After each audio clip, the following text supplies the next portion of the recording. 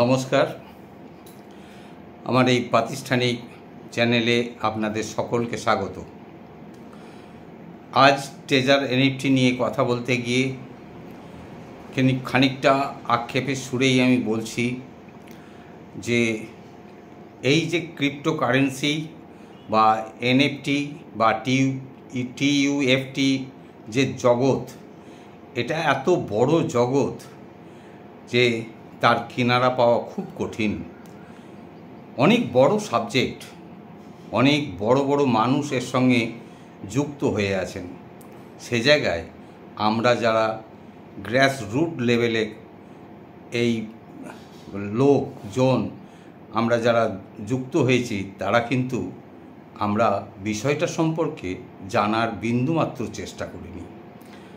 আমাদের গতিটা কতটুকু ছিল না, জাস্ট একজনের কেউ রেফারেন্সে আমরা অংশগ্রহণ করেছি, আর সে শিখিয়ে দিয়েছে ওপেন করবে, মায়েতে হাত দেবে, দেওয়ার পরে রিজার্ভে যাবে, আবার উপরে গিয়ে রিজার্ভ করবে, যদি রিজার্ভ করার পর কালেকশান করে নেবে, একটা ছবি এসে যাবে, তার তলায় সেল লেখা আছে, সেলটাকে ক্লিক করে দেবে, ব্যাস তোমার আর্নিং হয়ে গেল। আমরা এই জায়গায় অবস্থান করছি।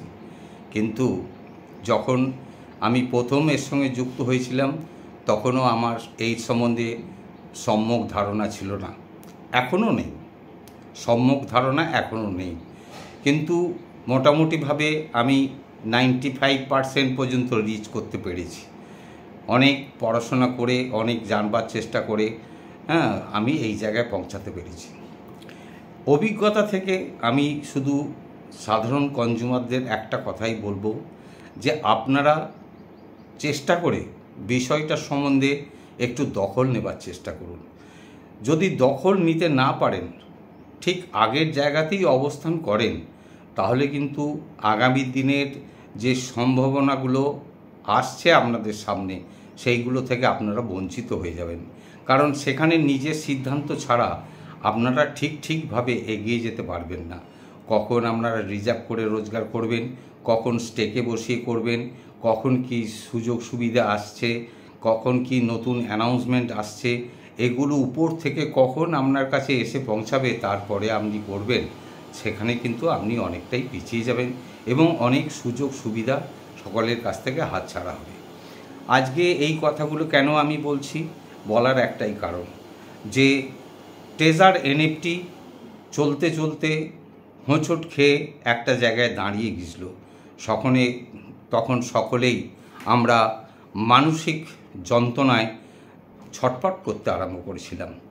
কিন্তু নিজেদের মধ্যে একবারও চিন্তা ভাবনা করবার চেষ্টা করিনি পরিস্থিতিটা কোথায়। শুধু একে অপরের কাছে প্রশ্ন তুলেছি, আমি কবে টাকা পাবো, আমি কবে টাকা পাবো, আমি কবে টাকা পাবো।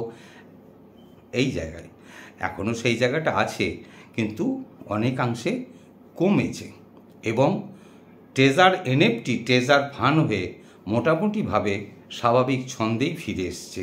খালি যেটা আসেনি সেটা হচ্ছে যে আমাদের যে গচ্ছিত ইউএসডিটি ডলার যেটা গচ্ছিত ছিল, তারা সেটাকে বসিয়ে রেখেছে 999 দিনের জন্য।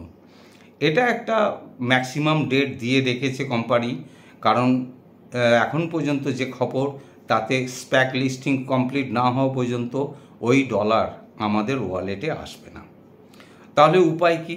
সেই স্প্যাক লিস্টিংটা কমপ্লিট হতে গিয়ে এখনও তো অনেক সময় লাগতে পারে। হতে পারে 1 মাসের মধ্যেই কমপ্লিট হয়ে যাবে, হতে পারে 3 মাস সময় লাগবে, হতে পারে 6 মাস সময় লাগবে। তাহলে কি কোম্পানি সেকেন্ডারি একটা ওয়ে খুলে দিয়েছে কি না, টিইউএফটি টোকেন আমরা দিচ্ছি, তোমরা সেটাকে নিয়ে নাড়াচাড়া করো, রোজগার করতে থাকো। এই একটা সম্ভাবনার জায়গা কোম্পানি খুলে দিয়েছে।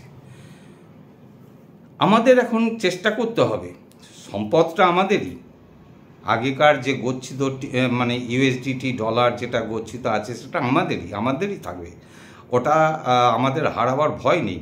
হয়তো এখনই হাতে পাবার ইচ্ছা করছে, আমরা পাচ্ছি না, তফাৎ এইটুকুই, কিন্তু পাবো একদিন, এটা নিশ্চিত। কিন্তু এই যে দীর্ঘ সময় মানসিকভাবে জোর রেখে এগিয়ে যাওয়া বা স্থির থাকা এটা একটা কঠিন জায়গা বলে কোম্পানি একটা সেকেন্ডারি ওয়ে বার করে দিয়েছে। তারা কি করেছে যে টিইউএফটি টোকেন ইন্ট্রোডিউস করিয়ে দিয়েছে।